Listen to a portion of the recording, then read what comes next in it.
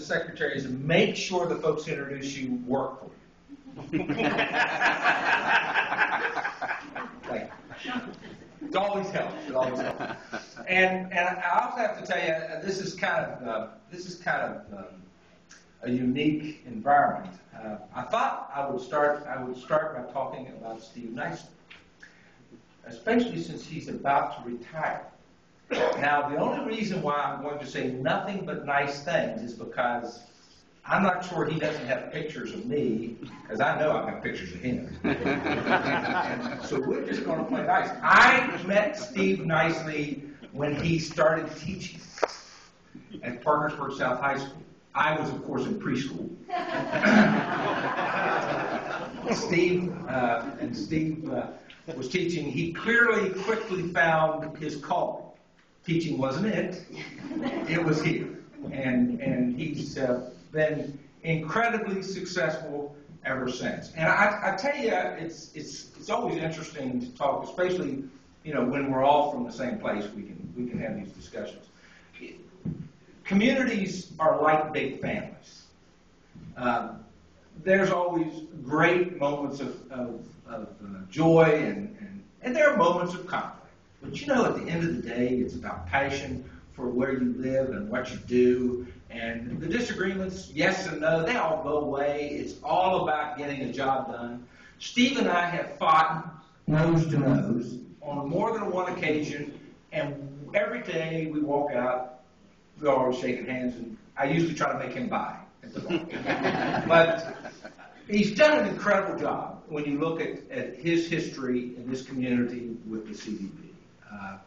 And Parkersburg and this area is so blessed with the Steve Nicely's of the world. People who are committed to this community, committed to making things happen. And so I thank you, Steve. Or should be committed. Or should be committed. That's different. I do thank Steve, and I thank the board for creating the kind of climate that has seen real growth in tourism. As Betty mentioned, the Department of Commerce, for those of you who don't know, I was actually going to say, Betty, rattle off the names of all the agencies in the Department of Commerce, but it's a test, and she'll flunk, and so would I. There are actually 9 different agencies in commerce. Tourism, she's right, is the fun one. It's the one. It's the one that maybe is most visible. The Western Development Office is one. The Department of Natural Resources with state parks is another. But there's forestry and labor and economic and geologic survey and coal mine safety and training and workforce West Virginia. I hope nobody counted. It is a very diverse group. It is a very diverse group of agencies. I would hope that what Betty would tell you in a candid conversation is one of the things we've looked at trying to do is finding a way to kind of de-silo ourselves a little bit. State government is very, very bad. All government is very, very bad about siloing its operations. This is my territory. Nobody comes over here. It's all mine. We're not going to do anything else. Well, the truth of the matter is, and you find this in your community, we're way too small for that. We don't have enough resources for that. The only way we can really be effective is to look at what someone else is doing and how we relate to that and try to marry it together in a fashion that it creates real energy and real resources enough to get a job done. The Division of Parks, State Parks, is clear over here. It's not Betty's shop, but Betty is instrumental. The Tourism Division is very instrumental in promoting the activities in our state parks. The Development Office is over here, but there's development components in forestry, in tourism, in a lot of different places. So we have to look for the opportunities. And if you don't believe it's important, let me tell you, just in talking about tourism itself, it appeared to me when I took this job that some people had differing opinions about tourism as an industry. In fact, I was even told that there were those in the past who had taken the opinion that tourism really wasn't economic development. It was just kind of what we were and what we should do. Well, let me tell you, if you subscribe to that, I need to give you a couple numbers. Tourism's economic impact in the state of West Virginia amounts to $4.27 billion a year. It generates $531 million in annual state tax revenue, and it employs 44,400 West Virginians. Now, if that isn't development, if that isn't economic impact, if that isn't part of an economy, I'm not sure I can define it, because it's a huge component of our economy. And we have to look for the opportunities to maximize that. And when I was talking earlier about the cross threads that run, I'll cite another example, and Tom Crooks and the good folks from Stonewall not only are great witnesses to it, but they're great designers in helping to knock down some of the silos. When I became secretary, we decided part of the problem we had in the West Virginia Development Office, as far as it was in recruiting new investments to the state, is we did a lousy job of telling our story. We had a lot of good things going on in West Virginia. Unemployment's below the national average. We're now considered, believe this or not, to be the third best fiscally managed state in the country, the third best cash reserves, the ninth lowest cost of doing business. The list is actually starting to go in a pretty positive way, but we do a lousy job of talking about that. And so the decision was made not to have politicians or bureaucrats tell the story, not to have actors tell our story, but to have businessmen and women tell our story.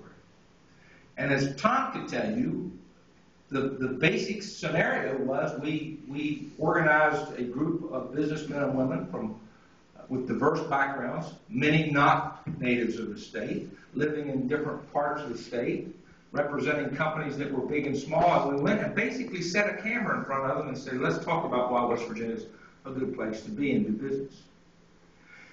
If you haven't seen it, I encourage you to go online to the State Development Office's website and watch it. It's a 5-minute video. It's called Business at the Speed of Light. I should have brought it and played it. I will tell you, it will puff you out, puff you up as a West Virginian. It has brought tears. I can tell you, I've been in audiences where it literally brought tears from other West Virginians to listen what they're saying about our state. But more significantly, you can see the cross lines, because while they're talking about doing business in the state, they're talking about living in the state. They're talking about what life is like in West Virginia, about the values here, about the spectacular opportunities for recreation, about why this is not only a great place to work, but why it's a great place to visit. The video is called Business at the Speed of Life. And I probably could not have better summarized what we are really all about in West Virginia when you get right down to it. And Tom and the good folks at Stonewall did a remarkable job, in fact, an award-winning job in organizing that production, and we are incredibly grateful to them. Every day, or every year, 3 million plus people go through the turnstiles at our welcome centers. Every one of those 3 million people is an opportunity for us. Not just to stay at our hotels or to visit our venues, but there are opportunities there for them to stay, to build a business here. Every time you reach out and touch those people, and you do reach out and touch those people, it is an ambassadorship you present for us. And that's why your work is so critically important. The next couple of years, as Betty said, this is a pretty good time for us as a state. The numbers are working for us in spite of a very, very challenging national economy. The next couple of years are going to be even more exciting times. West Virginia will celebrate its 150th birthday. Notice I didn't say sesquicentennial. Our 150th birthday. We are also celebrating the 150th anniversary of the Civil War. We've done incredible work in that area. There's new videos, new events, new opportunities.